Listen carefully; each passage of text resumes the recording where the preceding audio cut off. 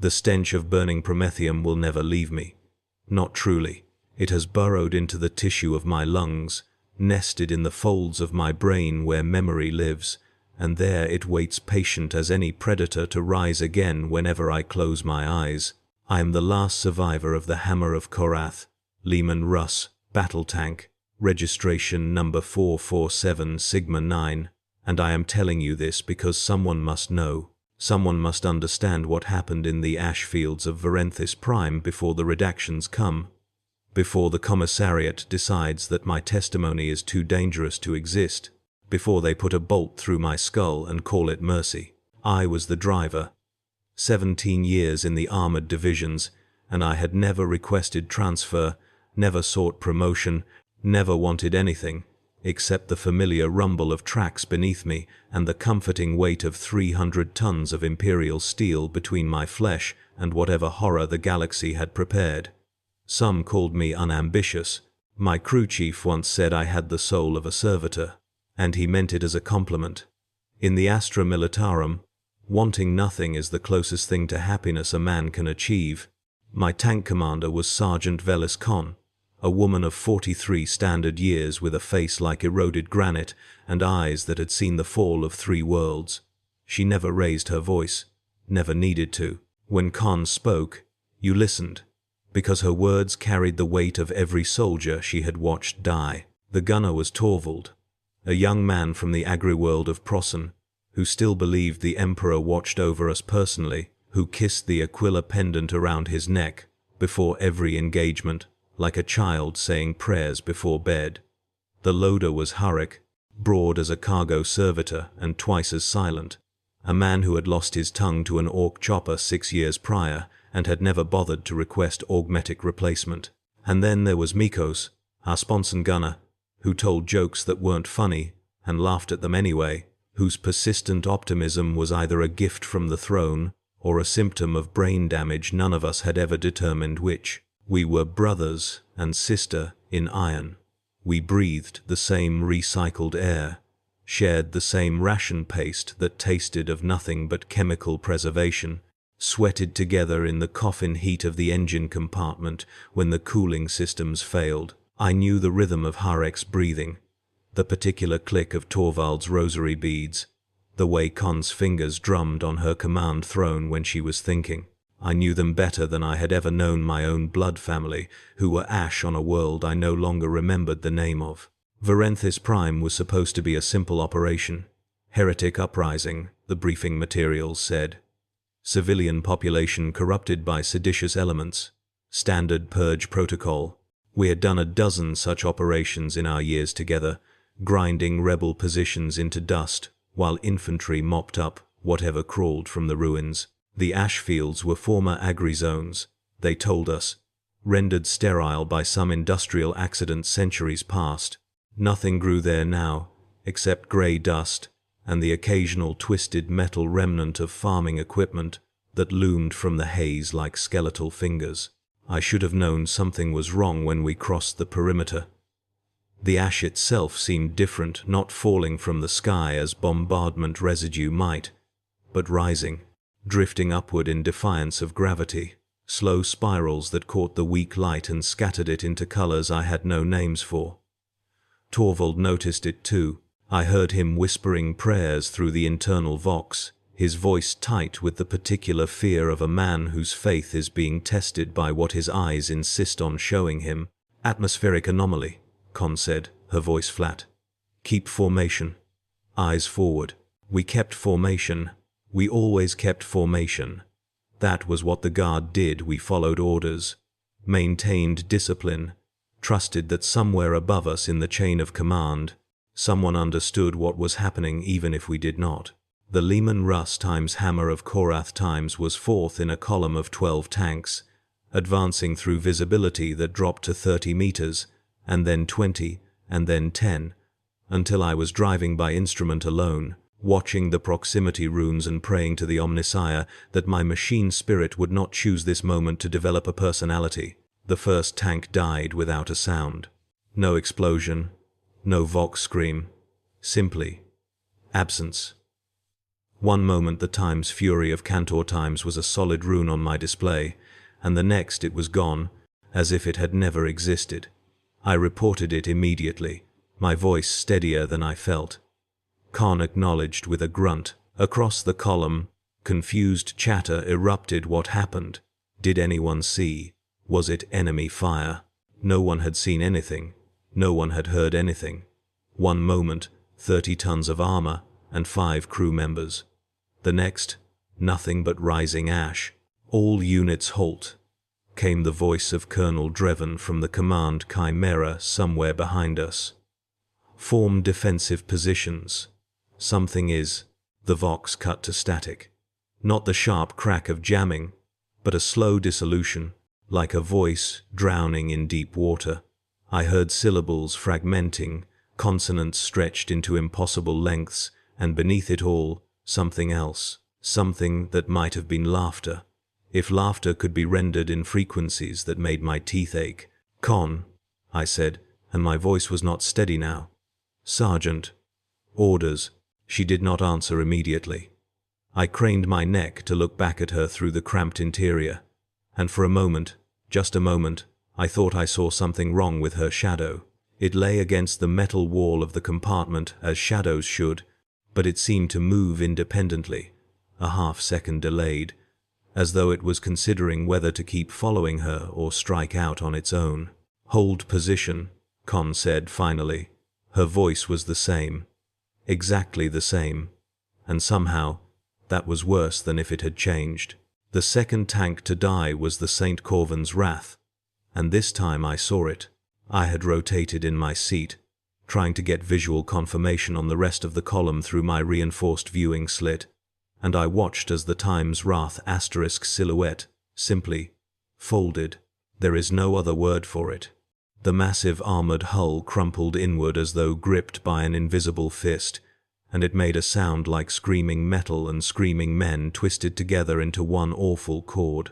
Then it was gone, and the ash rushed in to fill the space where it had been, and I could not breathe. I could not think. I could only stare at the place where 5 of my fellow soldiers had just ceased to exist. "Torvald," I managed. "Did you see?" "I saw." His voice was wrong, distant, as though he was speaking from very far away, or through a wall of water.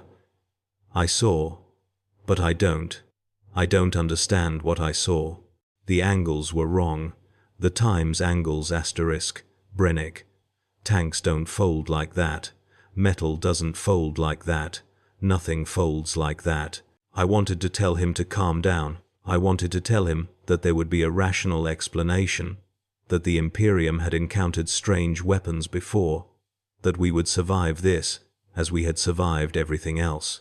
But I could not force the words past my lips, because I had seen the folding too, and some part of me, some deep, animal part, that predated the Imperial creed, and the traditions of the Guard, and everything that made me human, that part knew what I had witnessed, knew that the rules of reality had just bent in ways they were not supposed to bend.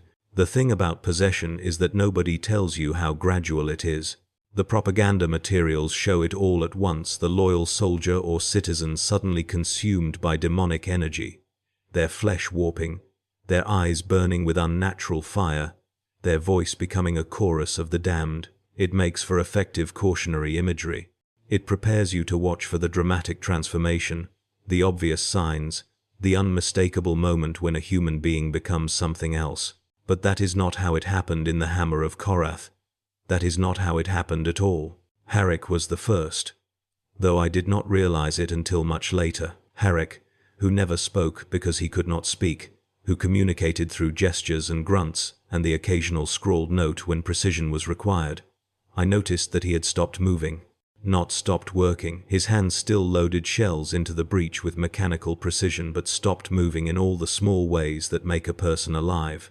No shifting of weight, no scratch of an itch, no blink of eyes. He became, in that moment, less like a man and more like the servitors we sometimes saw in the forged temples, those lobotomized remnants of humanity that moved only when commanded and felt nothing at all. I told myself it was shock. We were all in shock. We had just watched 2 tanks and 10 crew members die in ways that violated everything we understood about physics and warfare.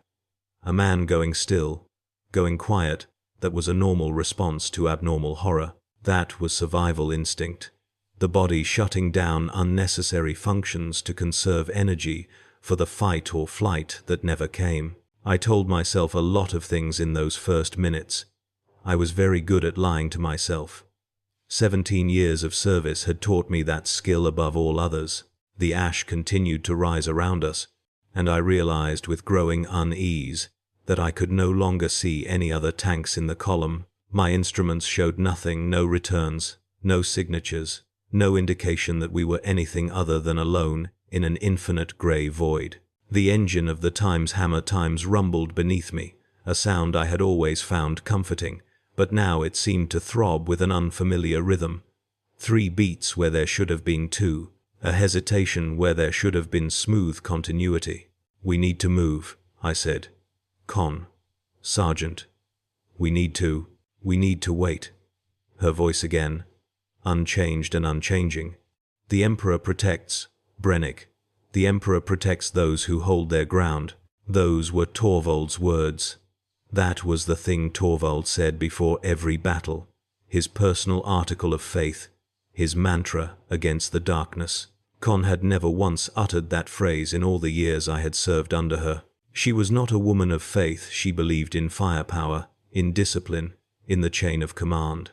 The Emperor was a distant concept to her, a symbol on her shoulder guard rather than a presence in her heart. I turned to look at Torvald, hoping for some reaction, recognition, concern, anything, but he was staring at his targeting display with an intensity that bordered on catatonia. His rosary hung slack in his fingers.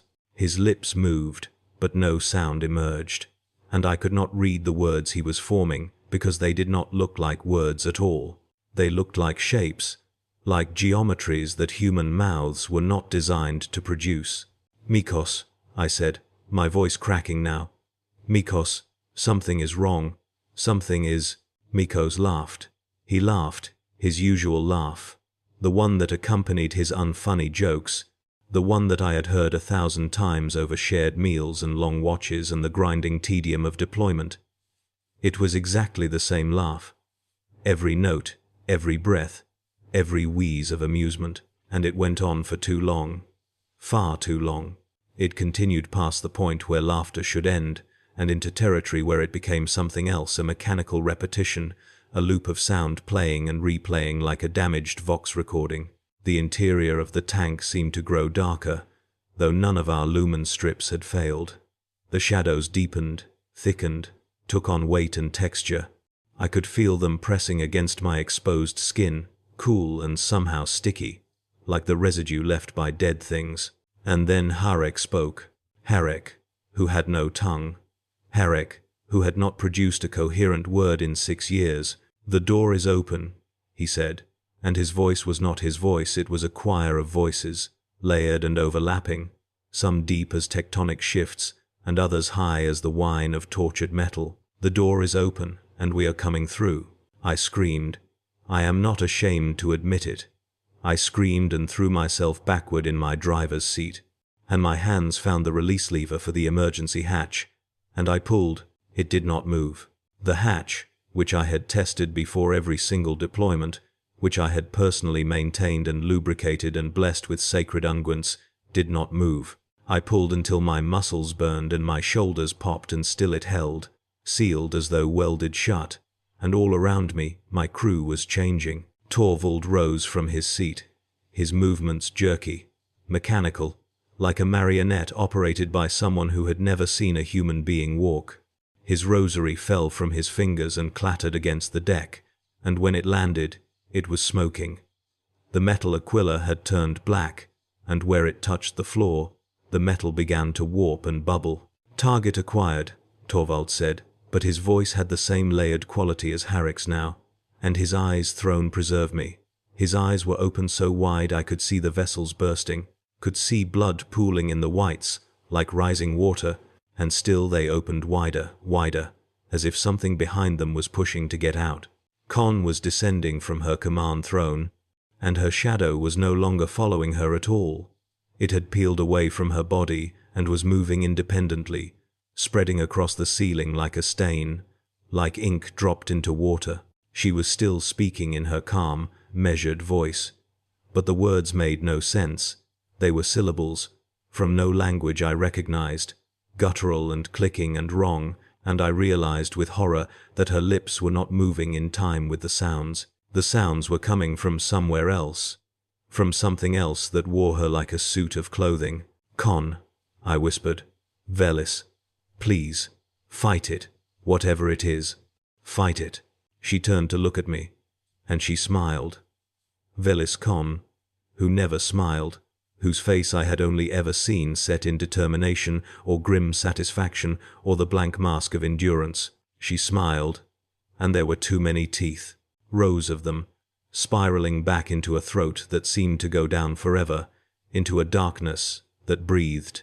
"There is nothing to fight," she said, and her voice was still her voice, still calm and measured. "And Con, we are not possessed, Brennick. We are completed.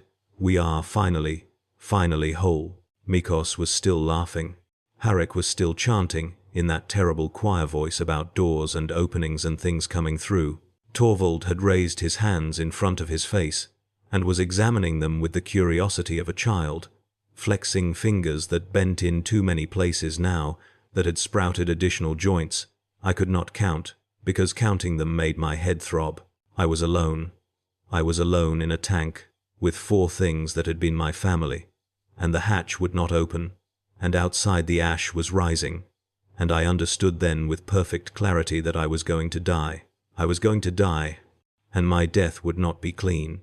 It would not be the simple oblivion of a shell through the hull, or an engine fire, or any of the 1,000 mundane ends I had prepared myself for over 17 years. My death would be something else, something that would take its time, something that would be interested. The engine of the Hammer of Korath had changed its rhythm again.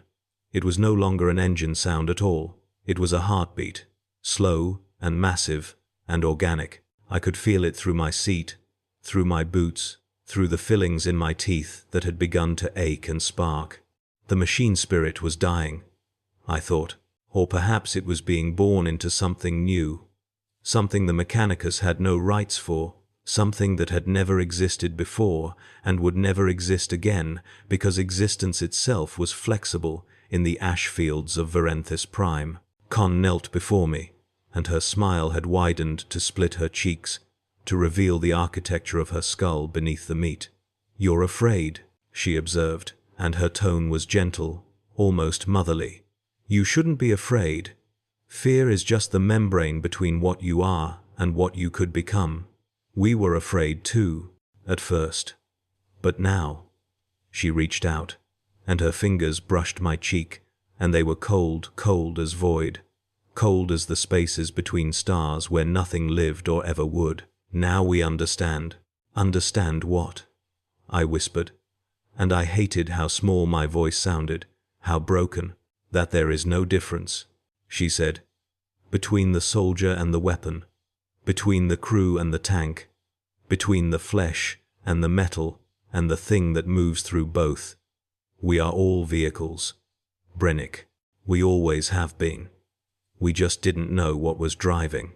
Behind her, Torvald had begun to interface with his targeting cogitator in a way that was not possible. His fingers had elongated, thinned, and they were sinking into the machine, merging with it, and I could see his face going slack as whatever had taken him also took the tank's gunnery systems. Harek was doing the same with the ammunition feeds, his broad body reshaping itself to become part of the loading mechanism, bones cracking and reforming with sounds I would hear in my nightmares forever if I lived long enough to have nightmares again.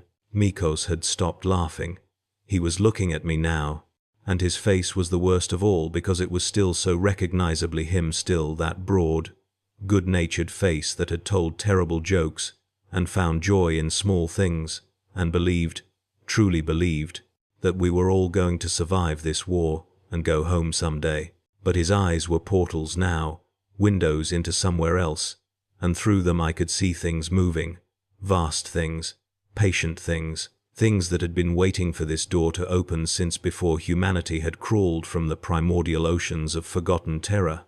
"Your turn," Miko said, and his voice was kind, genuinely kind, the way a friend would be kind to another friend. "Don't worry. It doesn't hurt. It feels like finally understanding the joke." The darkness was closing around me. The shadows that Con had shed were wrapping around my limbs, cool and constraining, and I could feel them probing at my skin, at my pores, at the openings of my body that I could not close. My crew, my family, watched with expressions of beatific welcome, and I knew that in moments I would join them. I would understand what they understood. I would become what they had become. But I am a driver.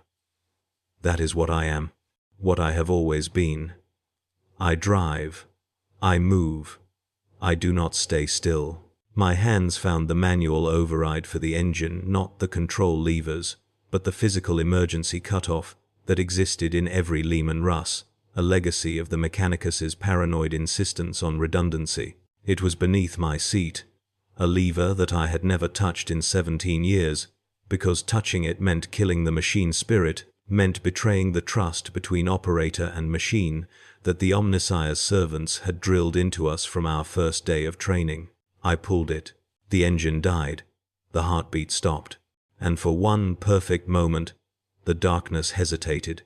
I threw myself at the hatch again, and this time, it moved. Not much. A centimeter. 2. The shadows were screaming now, actually screaming, a sound that was not sound but pressure and presence and fury. Con was reaching for me, her fingers elongating into hooked talons, and Torvald was trying to bring the turret to bear, but the gunnery systems were dead. Dead like the engine, dead like everything else I had just killed. I pushed harder. The hatch groaned open another few centimeters. The ash was pouring in, grey and fine and somehow pure, somehow clean compared to what waited inside. I squeezed my shoulders through the gap, felt something grab my ankle. Miko's, still trying to be helpful, still trying to share the gift, and I kicked back with every fragment of strength I had left. Then I was falling, tumbling down the hull of the Hammer of Korath, and I landed in ash that rose around me like a living thing. I ran without direction, without destination, without anything except the animal imperative to put distance between myself and the thing that had been my home. Behind me, I heard the tank trying to start. The engine coughed, caught, died, coughed again. Whatever they had become was trying to repair what I had damaged, trying to make the hammer live again so it could pursue. But I had done something to the fuel lines when I pulled the override I hadn't meant to, hadn't known what I was doing. But in my desperate yanking I had ruptured something critical. The explosion lit the ash field like a second sun. I felt the heat on my back, felt shrapnel whisper past my head, and still I ran. I ran until the light faded and the sound died, and there was nothing but grey in every direction, grey above and grey below, and I collapsed into it and wept like a child, great heaving sobs that tasted of promethium and loss. That was 3 days ago, or 3 weeks, or 3 hours. Time does not move correctly in the ash fields. I know this because I have seen the sun rise 6 times in what my chronometer insists is a single day, and I have seen it refuse to set for periods that stretch into infinity, and I have learned to distrust my own perceptions as thoroughly as I now distrust everything else. I am walking. That is all I can do. I walk in a direction I have arbitrarily chosen to call north, though I have no way of knowing if direction has any meaning here. Sometimes I find things in the ash fragments of metal that might be tanks, might be something else, might be the remains of the soldiers who crewed them. I do not examine them closely. I do not want to know. The voices found me on the 2nd day. They are distant, mostly. Whispers in the ash that might be wind, might be imagination, might be the things that took my crew reaching out across whatever distance separates us now. Sometimes they sound like Con, still calm, still measured, asking me to stop running, assuring me that the fear will pass, promising that what waits on the other side is better than anything I have ever known. Sometimes they sound like Torvald, reciting prayers that have been twisted into something blasphemous. Each word of the Emperor's benediction replaced with syllables that make my nose bleed. Sometimes they sound like Harek, speaking clearly for the first time in 6 years, telling me about the door and what came through it and what is still coming, what will never stop coming, until everything that has edges has been worn smooth. And sometimes they sound like Mikos, laughing at a joke I am just about to understand. I have not slept. I am afraid to sleep. In the few moments when exhaustion has dragged me toward unconsciousness, I have felt them closer, felt the shadows of the ash field pressing against the membrane of my mind, probing for the door that must exist in me as it existed in them. I am not special. I am not protected. I am just lucky. And luck is finite. Luck runs out.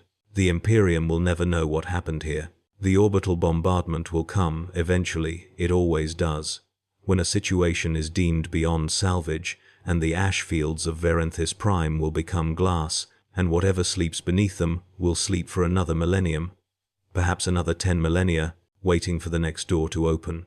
The after-action reports will note the loss of an armored company to enemy action, unknown classification.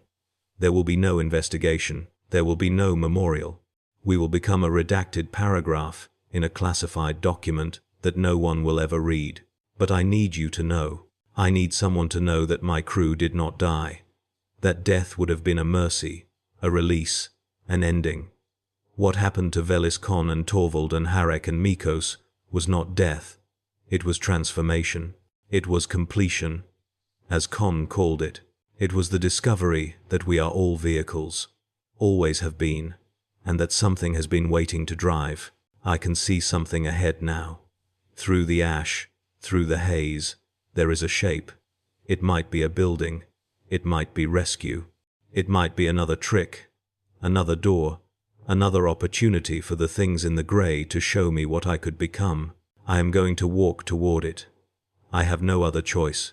And if you are reading this, if somehow these words have escaped the ash fields and the redactions and the institutional forgetting that the Imperium applies to all its most terrible mistakes, then know this. Do not mourn us. Do not remember us as heroes or martyrs or victims. Remember us as a warning. Remember what happens when the door opens. Remember that inside every loyal soldier of the Imperium, there is a space where something else could fit, where something else is waiting to fit, and all it needs is the right moment, the right place, the right configuration of horror and faith, and desperate, desperate need. The crew of the Hammer of Korath found that moment. We walked through that door. And some of us never walked out. The shape ahead is clearer now. It is a tank, another Leman Russ, half buried in ash, its hull scarred by fire, and something else, something that left marks I do not want to examine. The hatch is open. The interior is dark. I should not go inside. I should not. I should. The voices are louder now. They are not whispers anymore. They are calling my name, and they sound so happy, so welcoming, so times relieved, times that I have finally found my way home. The shadows of the ash field are lengthening around me, and I can feel them pressing, probing, promising. I am so tired. I am so very, very tired. And the door is open, and they are waiting, and maybe Khan was right. Maybe completion is not an ending.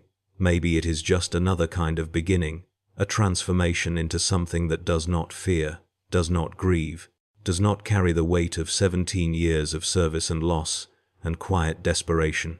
Maybe the thing that drives is not a monster. Maybe it is just another kind of emperor, offering another kind of protection, demanding another kind of faith. Maybe. No. I am a driver. That is what I am. That is what I will remain. I am turning away from the tank. I am walking back into the ash. I am choosing the grey, the uncertainty, the endless nothing over the certainty of what waits inside that hull. I am Brennick, driver, Astra Militarum, and I will not open that door. I will not open that door. I will not open. This testimony was recovered from the ash wastes of Verenthis Prime by inquisitorial recovery teams following the sector's quarantine.